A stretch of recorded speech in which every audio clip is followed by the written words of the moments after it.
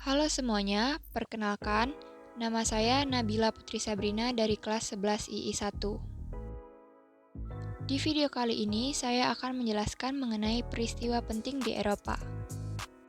Materi yang akan kita bahas mengenai Renaissance, merkantilisme, dan reformasi gereja. Renaissance. Renaissance secara harfiah berarti terlahir kembali. Hal ini sejalan dengan apa yang dilakukan oleh pemikir dan seniman Eropa, karena mereka kembali melihat dan membuka ide-ide lama yang ditinggalkan oleh bangsa Yunani dan Romawi, baik itu dalam bentuk pemikiran, bangunan, ataupun karya seni. Pada saat itu, Eropa masih beranggapan bahwa apa yang dikatakan pemuka agama dan kitab adalah benar dan tak tertentang. Namun saat gerakan ini menyebar, mereka pun mulai berpikir menjadi lebih rasional, humanis, namun tanpa mengesampingkan agama. Dengan adanya Renaissance, para pemikir di Eropa mencoba meletakkan posisi mereka sebagai manusia yang bebas menentukan pilihannya, bukan bagian dari suatu kelompok. Gerakan ini pertama kali lahir di Italia pada abad ke-14, kemudian menyebar ke seluruh Eropa. Hal ini disebabkan karena kota-kota di Italia banyak menjadi kota perdagangan yang kaya, sehingga mereka mampu membiayai para pemikir dan seniman untuk menemukan pemikiran-pemikiran baru. Selain itu, perdagangan yang terjalin dengan kerajaan Ottoman saat itu sedang mengalami masa kejayaan, sehingga Italia pun mempunyai modal untuk melakukan gerakan seperti ini.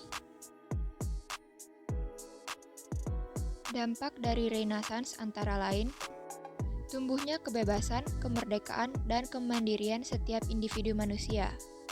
Berkembangnya ilmu pengetahuan, seni dan budaya, dan kebebasan berpikir. Runtuhnya dominasi gereja di Eropa akibat revolusi gereja pada abad ke-16. Timbulnya rasa kebanggaan terhadap kedudukan manusia yang mampu menguasai alam semesta. Menguatnya kedudukan kaum pedagang atau pengusaha, serta memicu berbagai inovasi dalam ilmu pengetahuan, karena masyarakat Eropa mulai melakukan penjelajahan ke berbagai wilayah setelah terjadinya Renaissance ini. B. Merkantilisme. Merkantilisme digunakan pada abad ke-16 hingga abad ke-18. Sistem ini berupaya meningkatkan kekuatan negara sendiri dengan melemahkan kekuatan ekonomi negara lainnya. Atau skema ini biasanya disebut dengan mother country. Dampak dari merkantilisme antara lain, berkembangnya kolonialisme dan imperialisme oleh bangsa barat, semakin aktifnya perdagangan tingkat internasional, dan juga lahirnya revolusi industri.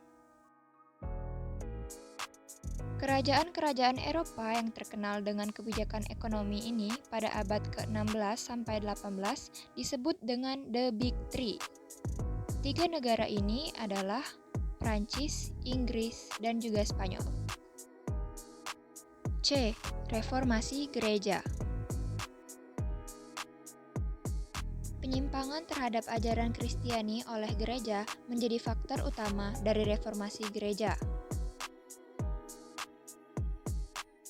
Terjadinya reformasi gereja sendiri diawali oleh pemikiran Martin Luther yang menentang slogan pendeta Johann Tetzel, yang mana hal ini menunjukkan akan suatu penyimpangan dalam ajaran Kristiani yang sebenarnya. Dampak dari reformasi gereja antara lain, bagi dunia terutama di Eropa, reformasi gereja telah menimbulkan Western Christendom sehingga muncul negara-negara nasional kecil tanpa memiliki pusat kekuasaan. Gerakan reformasi gereja juga melahirkan kekuasaan absolut di Eropa dan menimbulkan pertikaian kaum Protestan dan Katolik, perang saudara, dan lain sebagainya. Reformasi gereja juga mengakibatkan terbelahnya agama Kristen menjadi sekte-sekte kecil seperti Lutherisme, Calvinisme, Anglikanisme, Quakerisme, dan Katolikisme. Nah, sekian pembahasan hari ini. Terima kasih atas perhatiannya. Saya pamit undur diri. Wassalamualaikum warahmatullahi wabarakatuh.